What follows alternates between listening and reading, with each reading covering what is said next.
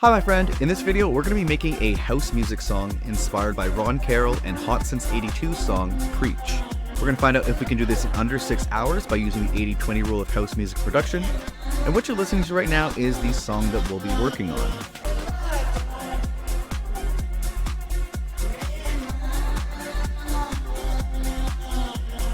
And what you're looking at right now is the Ableton project file that we'll be working on.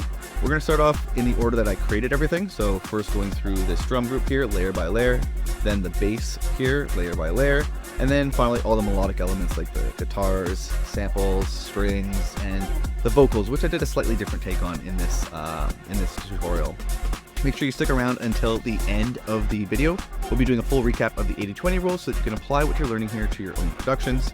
Because all in all, this whole song took about 5 or 6 hours for me to complete. As you can see, it's arranged, it's mixed, mastered, ready to go, whether to be dropping into DJ sets or sending out to labels. And so finishing songs faster just like this is something that you would like help with as well. I've made you a free bundle of templates, samples, and special bonuses that I use to completely finish one song like this every single week. Just visit the link that's on screen now or in the description to grab the ultimate song finishing toolkit for free. And if you want to take things to the next level, you can also find a link to this video's project files in the description as well. But with that said, let's jump into this. All right. So when it comes to the drums for this one of the first things that I do like normal is I make sure that I actually have the reference track in the Ableton project file here. So I've dropped in the song Preach in here and I have it on this track here. I've turned it off and I've mapped the S key so I can flick back and forth. Just like that. So I can flick back and forth as I'm making all my production choices. So first let's take a look at the kick. That's usually where I start things off. So right here is a look at the pattern. It's just the classic 4 on the floor. I'll stop yapping for a bit so you can kind of listen to the kick. And when it comes to the sound design, what I did here is the trick that I've usually been doing. So I found a little spot in the track where the kick is by itself and then went ahead and you can consolidate it. And then once you consolidate it, you can press show in browser.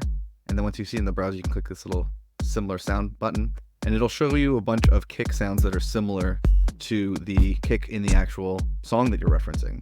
So what I did was then I dropped them all into some of my favorite ones into this Ableton drum rack right here.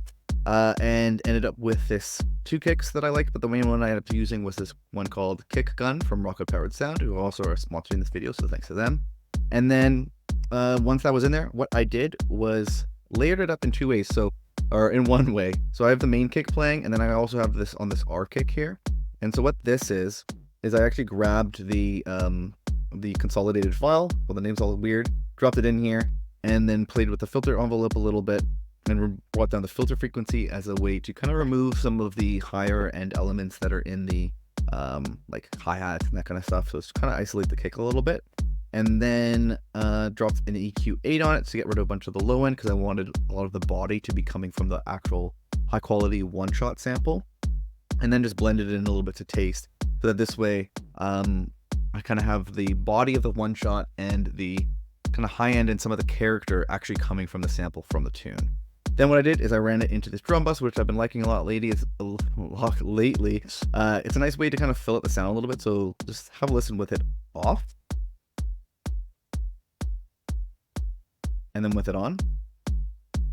So it adds quite a bit of body and fullness to the character, some saturation and this boom that you can dial in to kind of make the kick sound a little bit fuller. So it adds this almost like sub boominess. If you're listening with headphones, you could probably hear as I dialed that in. And then I just brought the dry wet back a little bit. Main thing here is while doing this, flicking back and forth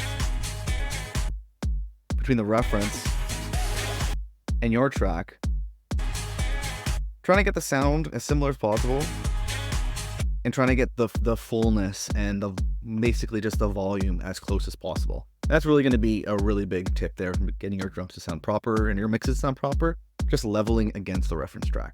Then the next element I added in was the snare, so let's take a look and listen to this.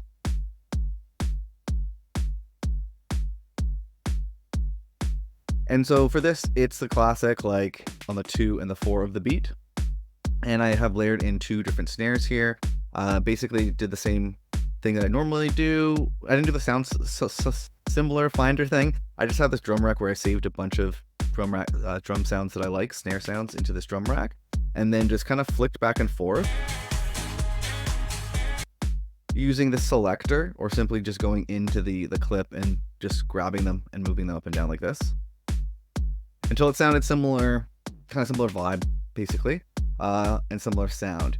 Then the next thing after that is, like I mentioned earlier, is getting the sound, like the volume correct. So if we have a listen, try to really listen to the snare.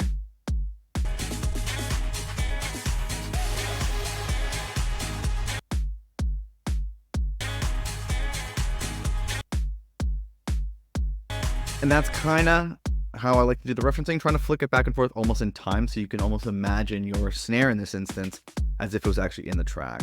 Other than that, any other processing, nothing much, just getting a little bit of the lows for both of them, and then adding a little bit of the Ableton saturation to fill out the sound a little bit, have a little bit of extra grit. And then one thing that I did add, there's these almost little bit of drum fills here, so just every couple of bars there's like almost a little fill, and then there's this like larger fill that happens like this. And so the way that I did that was just kind of flicking back and forth to the reference. Let's get that back here. That little snare kind of fill, which sometimes in this track it's really loose, so I didn't go for it that loose. Just kind of played it in like that, and then what I also did here was the little cool like flam trick. So you just grab one of these snare rolls, and then if you go over to, I think it's here, you go to this knob here, and then you go to ornament, and you can press either flam or grace notes. And if you have a look at that, it'll isolate it and it adds a little like flam, which is a cool way to kind of make it actually seem like a proper drummer actually did it. It adds a little bit of like flair and characteristic to the drum part. Really useful on snares, and you can probably use that to a good effect on hi-hats as well. With that said, let's move on to the rest of the elements, which the next thing I added was these hi-hats.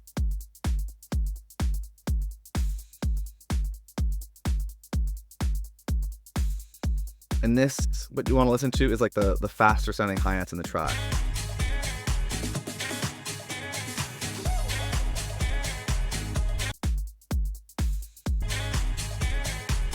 You know what, actually too, you can really hear that in this more of the intro, so let's have a listen here.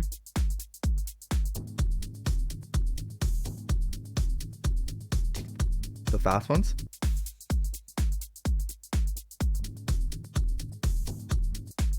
That's what I was trying to emulate right there. And so basically just, I believe this might be 16th notes, and then I layered up two different sounds. For some reason it was having a hard time kind of getting the exact sound, and a lot of the trick here was, I think in the preach tune, everything sounds a lot more classic.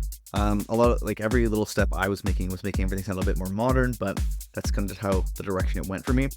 And then there's also on the on like the 1 and 2, there's another hat being layered up right here, and then I added in this like little ride and open hat sound. And basically it's a little bit of a little tricks going on here. If I can get to it here, what I'm playing with is the random pan, which is really cool. It can move the sample in the stereo panorama a little bit. Something fun to play with. And that way that little weird almost open hat ride fill is kind of moving around the panorama, and it is in a different place each time. It's a cool way to get some movement, and just make things sound a little more weird and interesting. In terms of any of the processing here, let's have a look. Just removing some of the lows, not doing too much, just a little bit of Ableton saturation to increase the kind of fullness, add a little bit of grit to the sound. Main thing though, again, is trying to get the right pattern, then selecting the right sound, or as close to a sound as you can to the reference, and then the volume by flicking back and forth. Get up to here. That in the reference, the hi-hat is a lot quieter. And ultimately, you want to use it as a reference, but you want to, at least in my opinion, you want to start taking liberties throughout the track, finding ways to make your sound a little bit more unique and different. You want to be inspired by the reference track, not fully recreate it as a carbon clone. This way you can actually do something with it and release it, which I'll be dropping this, or if I haven't already dropped out something on the YouTube, I will be doing that. And the next thing that I added in was this tom here. Let me bring up the volume.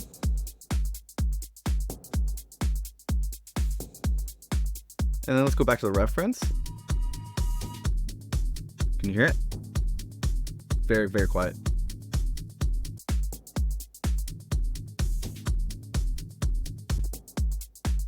Yeah, it's like a tom with like a bit of reverb on it, basically is what I was hearing. So very subtle stuff. I ended up layering a couple different tom sounds together, kind of playing at different hits to kind of make it sound a little bit different, like these are moving slightly throughout the pattern. I'm going to solo it out for a bit.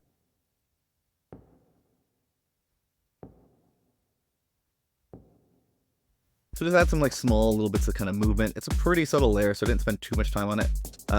Any processing here, just removing some of the lows, and I have the I have an LFO on the high end of the filter here, the low pass filter, slowly moving things so that it's kind of making that tom sound louder and more pushed back and at different points of the song. Again, a way to kind of create some movement in a subtle, nice way. Throw on this hybrid reverb here. I think I just had the default setting and then just adjusted the decay a little bit so it sounded like it was the sound of the reverb ends in time for the next hit to come, is essentially how I kind of dial that in by ear. And then it's just at a 50% dry wet level. This is that LFO that is moving this low pass filter here, and then that's really about it. Main thing again is flicking back and forth, trying to get the volume somewhat to the reference, and then kind of adjust the taste from there. The next bits that were added, just a couple more things here, were these claps. Let's jump over to this point in the song.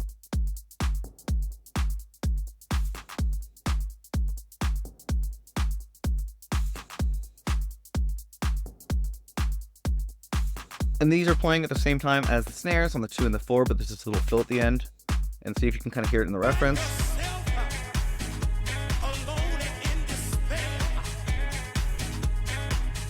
Kind of hear it in the back there. It's a lot quieter in the reference track. I had it that quiet at one point, but then as I was building up the track and starting to add in like the bass and all the melodic elements and having my song start to shape into its own thing, I wanted it louder and a little bit more kind of gelling with the snare more, kind of working together, making that like hit come out a little bit more.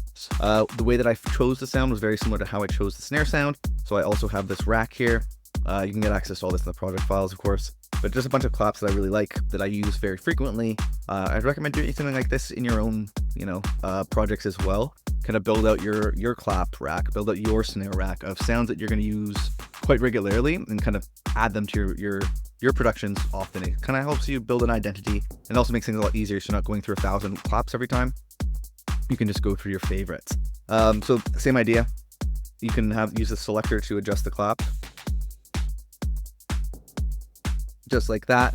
Or if you don't want to set it up like that, you can just go in here, Command A, and then move it up and down as you're flicking back and forth between the reference.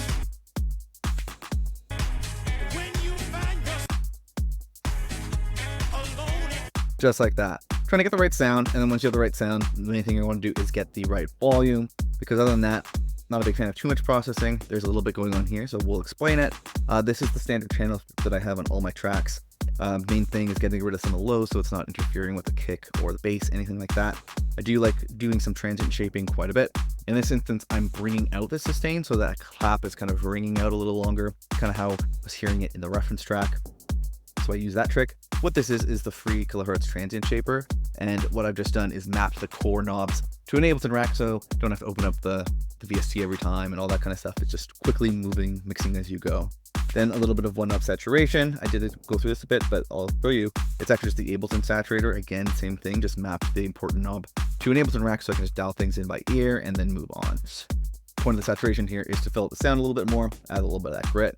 And then the last two more elements is this next one is this open hi-hat.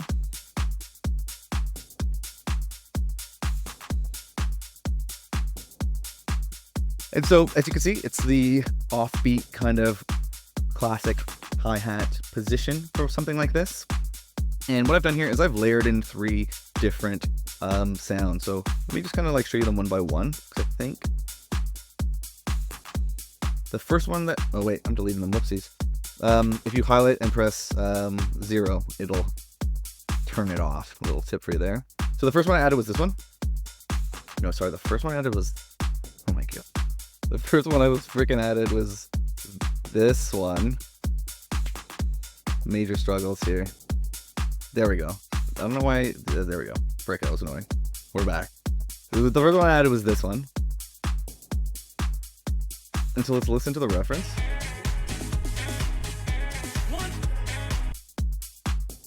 Very different, a lot more modern. I kind of liked how this sample sounds like it's like very stereo. Maybe almost there's like 2 hats, or there's just like a Haas effect or some kind of stereo imaging sound. I just liked how it sounded and let the track kind of push me away from the reference a little bit, which is why that I ended up adding this next element. Which this one, if we solo it out and switch back, it's closer, right? A little closer.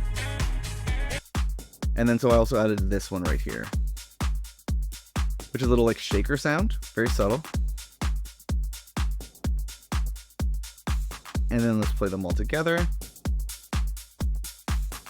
So a bit of a different sound, a little bit more modern, kind of starting to take in my own direction here. In terms of the volume, try to get it similar.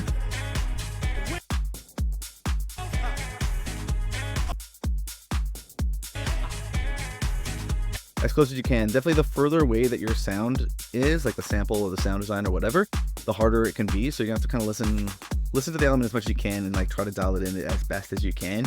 Again, it's a reference, so it doesn't have to be perfect, but that's the idea there. In terms of any processing, it's going to be standard channel strip stuff.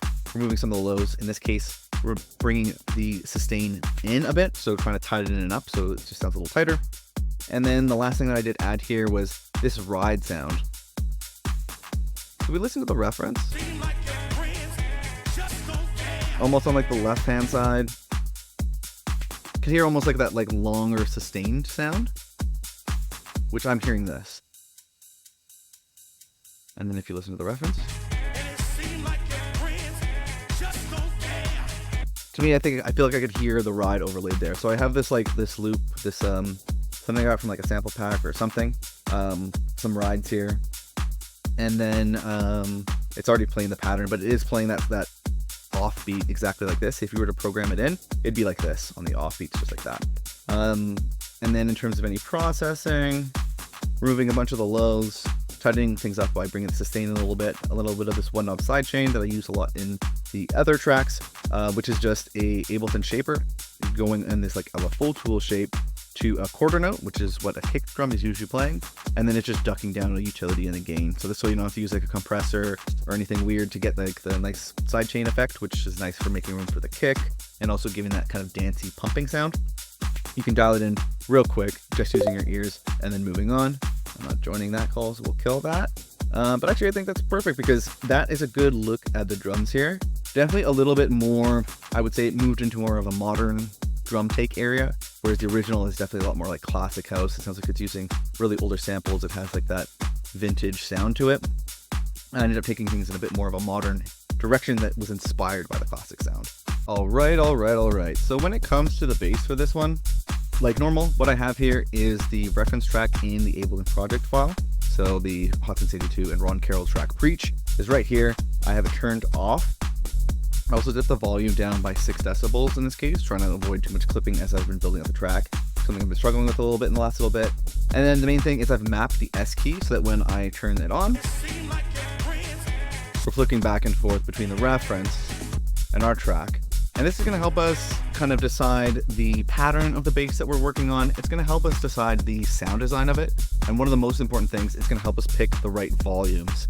And by using the reference track as a reference, it's going to help us build out something that sounds comparable. And by design, that means it's going to sound more high quality because we're referencing a high quality track. So that's a big tip right there. So that said, let's take a look at the bass line for this. So here's a look at the pattern that I came up with.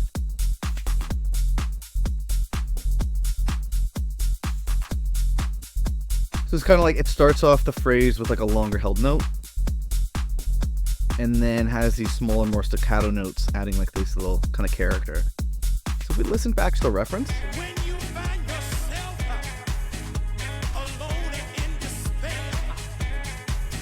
it's similar to what's going on. It's like one held note and then a few staccato notes. One held note and a few staccato notes. Let's jump back to it and try to listen to that again, really focus in on the bass.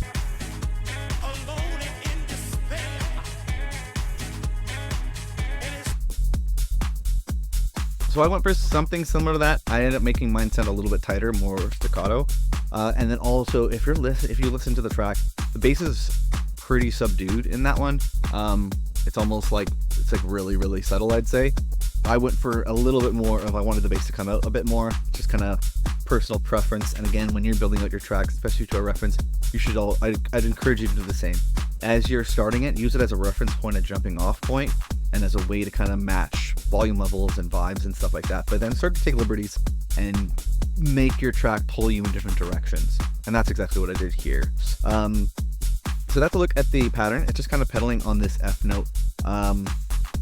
Really got confused about the scale on this one. I was trying to find the right scale, couldn't really get it, and ended up playing on all these different off notes, and I think it ended up being F major is what I ended up in it here. But really, it's not too hard if you can find the one note that works in the key that you want, or with in relation to the other samples or chords or whatever that you're working with. If you're just pedaling on one note, it's usually fine, and then you can find like one or two supplementary notes that can sound good with it. A lot of us, I think, here aren't music theory nerds and don't want to be, and so I'm trying to kind of explain more and more of how I approach music theory, even though I can't really explain it too much. There's like a minimum that you need to get through, and that's kind of what I'm about. It's all about finishing tracks. It's not about nerding out on anything too specific. But with that little ramble out of the way, the next thing that I move on to after getting the pattern done is the sound design of the bass. And so right now, what you're listening to is just like a sub of it. Actually, we have 2 layers on. I'm going to turn off the other layer so we can just hear just the first layer.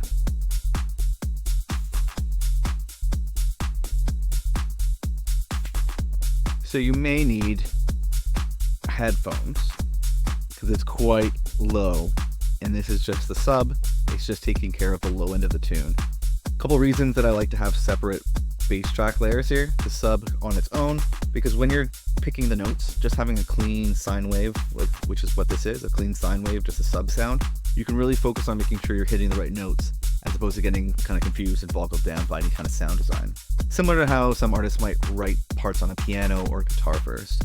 Second is that by having the sub track separate from the mid bass layer, which is going to add more character, it means that this track you can focus all your intention on just making solid low end, and then the same way when you move on to the next layer, you can focus on just adding grit and character and go wild with sound design if you need to, without worrying that you're going to mess up your sub and your low end for the bass track. So in this instance, with this sub, I'm running into this little V-sub thing that I made. It's basically just an operator running on a sine wave with a few options to add in different styles of saturation and drive as a way to push the sub sound through speakers a little bit more, like laptop speakers. It'll cut through a bit more, and also as a way to kind of shape the sound, make it sound a bit more gritty or interesting as a way to dial it in. But for the most part, very low on the saturation for this one. If you listen to the tune, it's like just like a bit of sub, almost like a bass guitar sound, just super subtle, nothing too crazy going on there. So kept it pretty simple. The only other thing in here is that I do have this one knob sidechain, which I'll show you in more detail on the next layer. But this is just a one knob sidechain so that I can get that pumping effect. Very popular in dance music, as well as it makes room for the kick, so the kick comes out nice and hits you right in the face. Let's kind of look there. Other than that, so first the notes, then the sound design, and then the most important thing is trying to get a similar level, volume level. That's really going to put you in that like professional area and get you to that 80% mark with only 20% of the effort, really focusing on the volume. So what I'm going to do right now is flick back and forth like how I normally do it. It's almost rhythmically and in time, or trying to be. And then imagine your sound in that track and really just focus on not the bass, but just the sub of the bass. And that's what you're kind of trying to listen to and then adjust your volume to that. So let me just go ahead and do that a little bit.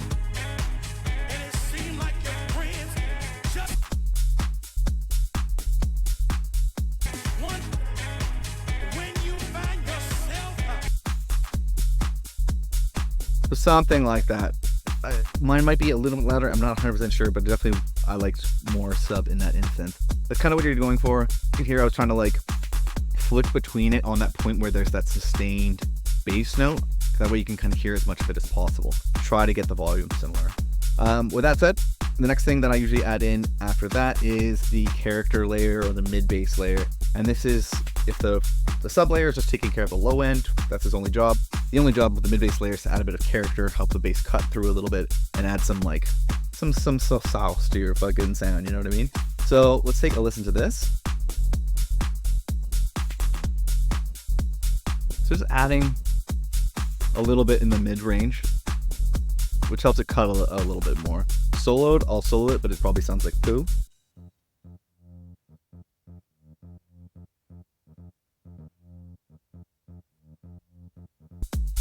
And as normal, let's go through like the 3-step process here. First is the notes.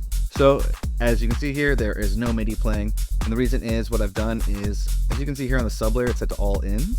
When your MIDI track is set to all ins, it's going to look at the MIDI track to figure out what notes to play. When you set it to a different layer, so in this example, I set it to subs, that means that the MIDI track information on this is going to be routed into this layer. And so what's useful about that is when you're working with these two sounds that are going to be playing the exact same notes, this way I don't have to like copy and paste the bass over to here onto the bass layer a million times. And then if I change the bass pattern at any point in the production process, I don't have to copy and paste it over a million times and forget a couple that happened. It just automatically routing in, which just saves a lot of time and effort and energy.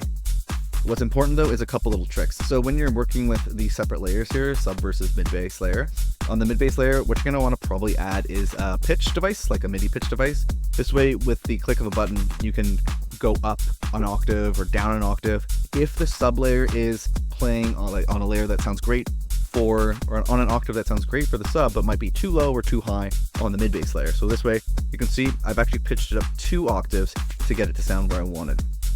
The next thing that I have built out here is this Trillion Chapman device, which is I sampled a VST that I like that has like a cool bass guitar sound that I like and use it in a lot of songs. And then just sampled it, put it in here so I can use an Ableton sampler device instead of having to load a heavy VST all the time for this kind of thing.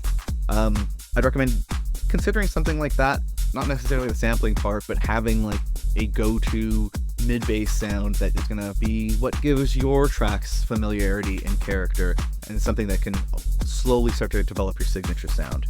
So with that said, once that is set up, what you're going to want to do with a mid-bass layer is remove a bunch of the lows. So you can see here I'm scooping out everything under 200 hertz. This is making sure that they're not having overlapping, fighting for that low end. There's plenty of room for the sub because I've removed everything under the mid-bass layer, and then this way the mid bass can just take care of like the mid and kind of mid highs kind of area. Other than that, I'm rolling off a bunch of stuff on the top end here, just like a standard thing to do. If I bring it up, it's too kind of comes out a little bit too much. It does sound cool, but if you listen to the reference, it's super round. It's super round. So that didn't work with that. And then other than that, I'm running into this one knob width plugin, which is a free plugin called Wider from Polyverse. And again, just like how I maybe mentioned in this video, if not in other videos, I just like to map the core knobs when possible to an Ableton rack like this, so that you can kind of more mix by ear and mix as you go, just by quickly adjusting the knobs instead of opening up a VST and getting bogged down by it, that kind of thing. So I also do have it so that this channel strip right here, EQ8 into a transient shaper, into width, into a sidechain and saturation combo, is on every single track, so it's just always there and I can make the moves quickly. So I'd also recommend trying to develop what your individual channel strip would be, so that you can just kind of work faster. Then we're running into this sidechain, so I promised I'd go over this. So this is the same device that's built into the V-Sub that I showed you right here. And what it is it's an Ableton shaper device doing an LFO tool kind of shape. It's going to quarter notes, which is when the kick is hitting, and then it's just using this to duck the volume in on a utility. So this way you're getting that kind of sidechain pumping sound without having to open up a compressor and do routing and change the ratio and all this annoying stuff. You just dial it in by ear, get what you need to do get done, and move on to the next step of the process without, wasting too much time on any one thing.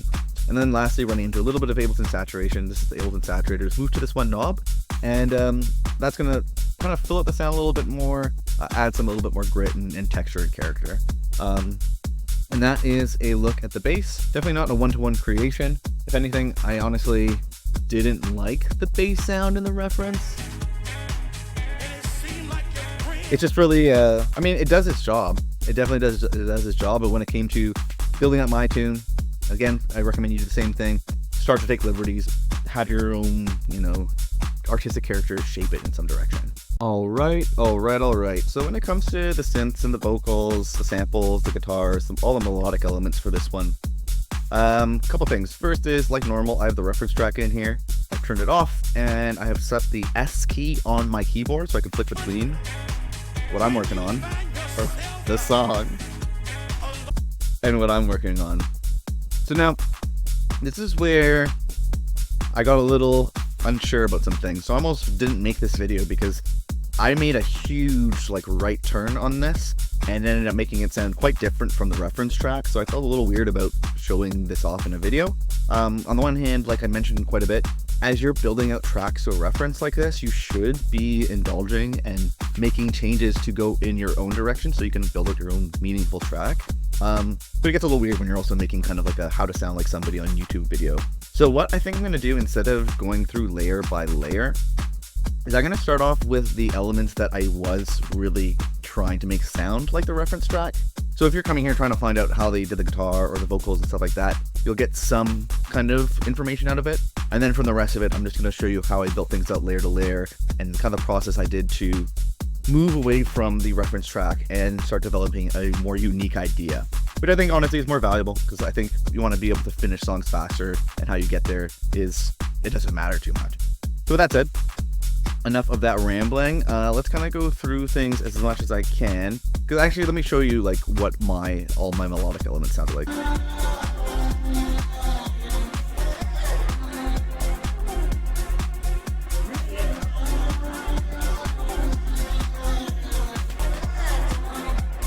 Compared to the reference.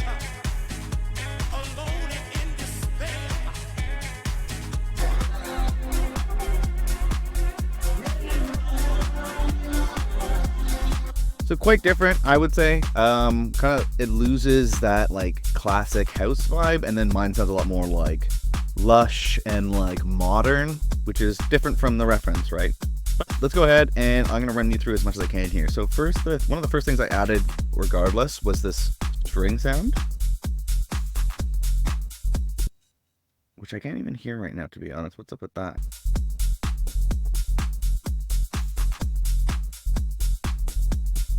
That's really interesting. Oh, okay, so cut there for a little bit. So with that said, the first thing I added was this string sound.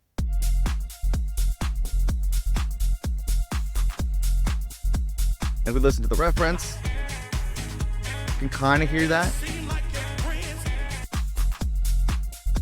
A little different sounding. So I do have another layer that I'm going to show you in a minute. But for this, what this is just playing one held note, a sustained one note, and then I'm using this house string little simpler device that I made. So it's just like a house string sample, and I've set it up so that it's doing this sustain mode here. So the initial note plays, and then it kind of moves back and forth, so it sounds like it can go forever. So that's a little trick you can do here. This is with the sampler, not with the simpler. If you grab the project files, you can just take this house string. It's pretty useful to throw into everything. With that said, other than that, main thing is a little bit of process and getting rid of some of the lows, making sure it's not competing with the bass or anything, and then rolling off a bit of the highs so that it kind of blends in a little bit more with the rest of the mix. And then I do have it set up with an automation, so throughout the track as an arrangement trick, it kind of comes out a bit more at certain parts. Other than that, we're running into the one knob sidechain that I have here, which is just an Ableton shaper, going to quarter notes and just ducking a gain.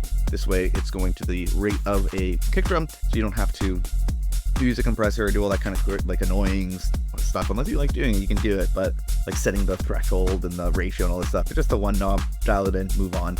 That's the idea, finishing tracks fast. And then an Ableton saturation device just mapped to this one knob here again, so that it's kind of filling out the sound a little bit, adding a little bit of grit and texture. The next element that I want to show you that I added, this is not in order. I kind of came back and realized that this house string is not fully sounding like the sustained note there. And so what I added was this right here.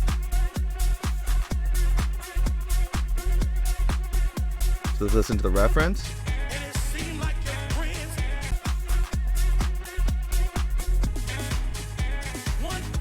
So still a little different, I would say. The other one sounds almost like more like a pad. I went for something a little bit different. So I know that like the main element is like a guitar. So I actually recorded myself playing this little guitar bit, just like kind of pedaling on one note, and then threw one of these Ableton amps on it, this heavy kind of distortion one here, then threw it into this RC20 on the VHS preset, kind of dialed up the wobble a bunch so that it's kind of wiggling around. It sounds a little bit more interesting, I would say. And then I tossed the Valhalla Supermassive, which I believe is free actually, and so this is kind of making it sound a little bit more spaced out. So trying to make the guitar sound a little bit more like a pad. So let's jump back to that. The sustained note there. And then just moving some of the lows, so it's making room for the kick and the bass, and same thing, kind of getting rid of a little on the top end to kind of mix it in. Then one knob sidechain, so it's pumping, making room for the kick, some saturation to bring it out a little bit more and kind of fill out the sound a bit. And then a little bit of this shifter, very light. That's without it. And this is with it. Very light. It's just adding I believe this would be a fifth. 7 semitones, I believe, is a fifth above the root note that it's playing, and it's very lightly dialed in to add a little bit of like kind of fullness. Again, trying to make the guitar sound like a bit like a pad. So let's move on to one of the next elements that I did add was this pad, actual pad here. So let's have a look and listen. And if we listen to the reference, there's nothing quite like that in this tune, so I'm going to go ahead and skip that and show you something that's a little bit more like it. This was my take on the guitar bit, so let's have a look and listen to this.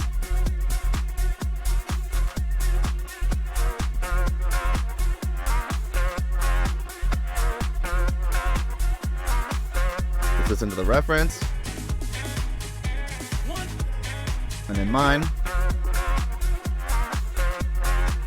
So I would say considerably worse. That's kind of why when I was kind of working on this, you can see I kind of buried that in. So it's more like a subtle layer that's adding to the track in a small way.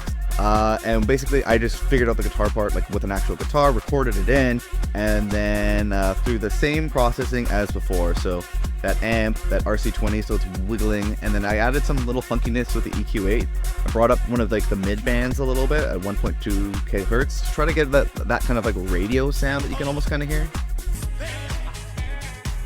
Or maybe not radio, but just like vintage is what I was trying to get. Threw a little bit of a compressor on here. Just trying to even out the sound a bit. It was very wild and like unruly. I wanted a bit more of a consistent signal. And then threw it into this effect rack, just using this minor movement preset, and then adjusting it a bit so it's wider and going at a slower rhythm. This is just moving it from the left and right a little bit, adding some like movement and interest, some sidechain so it's pumping, making room for the kick, some drive so it's filling out the sound a bit, making it pop a bit more, and a little bit of this one knob width plugin, which is from Polyverse Wider. It's free. I've just mapped the core knobs to an Ableton rack so I can just one knob it and just kind of make things more stereo, push things to the left and right. I would say if you were going for like a 1-for-1 carbon copy, this doesn't sound quite like the original, and that's why I started to kind of take liberties with adding a lot more effects and then burying it in underneath everything for some additional elements. I would say at this point, there's only a few more elements that I did add, but this is kind of where I started taking things in a new direction. So one of the things that I added was this pad that I showed you a bit earlier. Solo it for a second. It's a cool pad sound. Basically what I was hearing at this point is in the tune, you can hear that kind of like pad sustained string sound that's almost panned to the right. In mine, when I did that, it felt like there was something lacking on the left side, so I wanted to fill up the sound a little bit, so I added this pad. It's just holding the same sustained note, or a slightly different sustained note. This is an F instead of an E flat with the string sound is playing. And then, what is the sound? Some freaking preset, surrounded by Noctua. I don't know if I changed this too much, probably not. Then just some EQ, removing some of the lows, getting some of the highs to kind of push it into the mix again. A little bit of one knob sidechain. Here I have a device that's just the one knob sidechain. A little bit of saturation, bring out the sound a little bit. That's it. The idea here was to try to fill out the sound a little bit more, and that's how this, I think, track also ends up sounding a little bit more modern, because it sounds a little bit more filled out. Then what I also added in were these different string sounds. Just solo it for a second.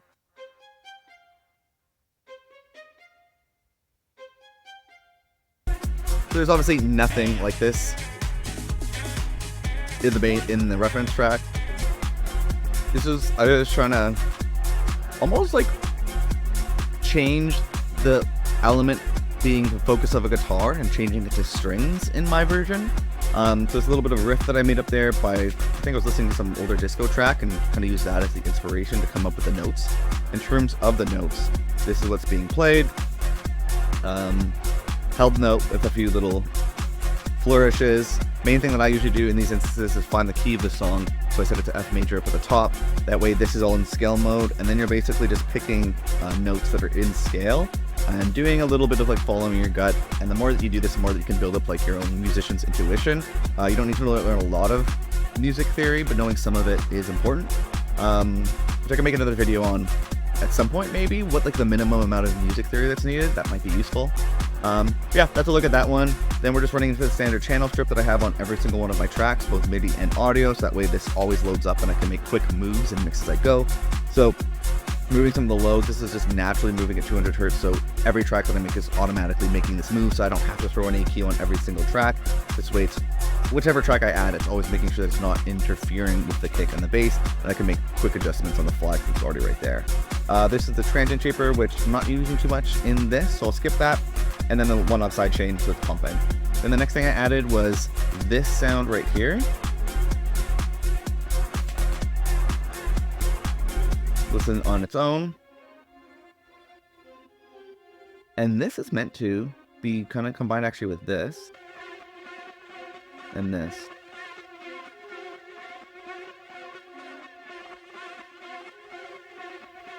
Which is kind of that sustain note here. So just adding a bunch of different elements to kind of get a similar effect and make it a bit more unique by kind of going at it from a slightly different approach. This is playing the same notes as that initial piano sound. What I've just done is this. I just duplicated it over by like highlighting everything, pressing Option, and then just bringing it down to the octave below. So it's kind of creating almost like a chord and like making this a bit more filled out. In terms of the processing, I pan this one to the right, so that way it's kind of balancing out against the main kind of string sound that I just showed you. That's a lot more like present. Running into this string sound from Ableton, a little bit of space age to kind of fill it out, make it a bit pattier, kind of moving some of the lows, shoving up some of the highs to kind of push it in, and a little bit of one knob sidechain to make it pumping. Then one of the things I added next was this.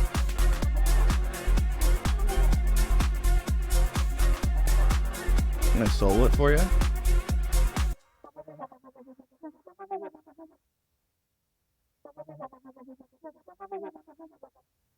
It's a pretty subtle element.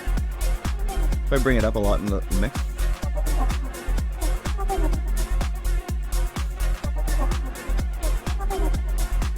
So where this came from is when I was trying to figure out how to turn this like track into like something that I can make as a remix.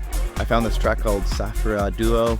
I don't know how, but and then I used AI to split it out, and I was like gonna try to make it a mix for that, or a remix for this tune, but then it didn't really pan out. But I ended up just using it as like a cool little layer that adds a little bit of like a funky vibe.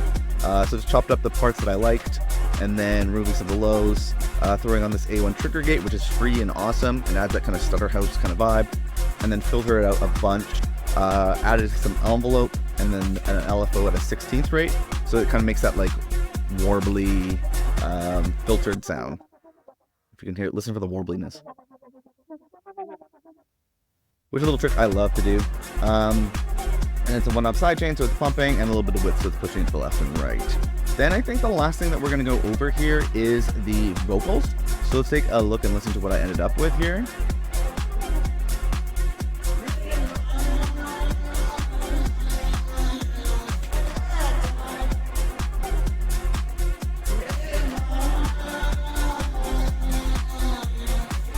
So I ended up with Tame Impala's song, I Don't Really Mind, from their like first record, which is so fucking good. It took a while to find a good acapella. I'm not 100% sure if I dig this too much, but it's what I ended up with, and it's absolutely nothing like the actual like preach tune. For the preach tune, what you'd want to do is find like some like classic house kind of like rant, or like kind of some kind of like preacher kind of ranting sound. Maybe make it sound a little bit like radio, so it's from the vintage era.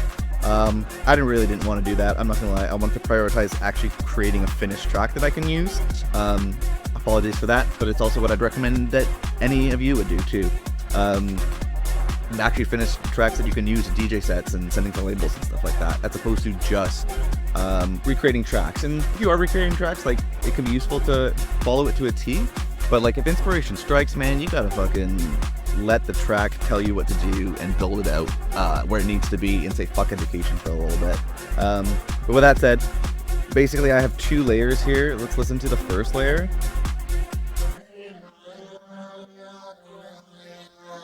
So what I'm doing is pitching it down 8 semitones. I was just trying to figure out a way to get it to fit, and this sounded cool but wrong, so I added this one in, and then I added in the correct version, in my opinion. And this is pitched down just 1 semitone.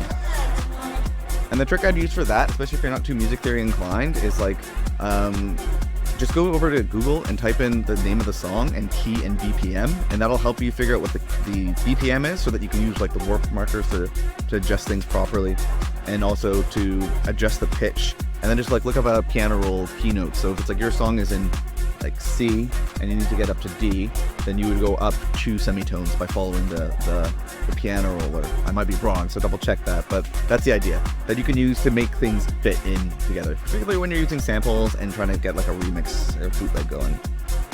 Anyways, we'll quickly go over the processing because it's not much here. Just moving to the low end, a little bit of sidechain so it's pumping. I think I did the same thing for both of these, so yeah, nothing too crazy. And then on the group layer for this, I have this Alpine Vox preset from my buddy John Alpine, which is just slowly warbling the pitch, so it's like slowly morphing over time.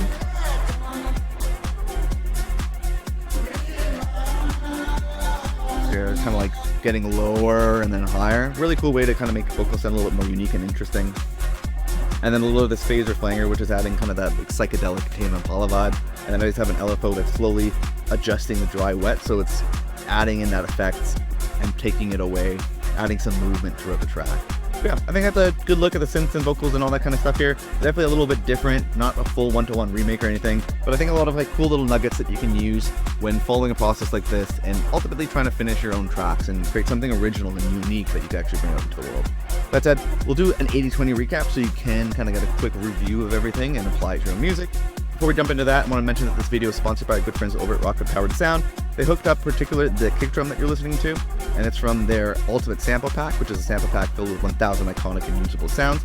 If you want to pick this up, you can get it for 30% off using the code that's on screen now, Ultimate Best Friends, and visiting the link that's on screen now, or the link that's in the description. Thank you again to Rocket Powered Sound for hooking up the channel and the community like this. And with that said, let's jump into this. Hi, my friend, Matt from Best Friends Club here. And if you've been paying attention to this super long video, then you've probably figured out what the 80-20 rule is when it comes to building out your songs. The goal here is to get 80% of the result with only 20% of the time, energy, and effort. And because the first key to the 80-20 rule here is to use a reference track, we're making sure that we're very easily hitting 80% of a high quality, professionally made song.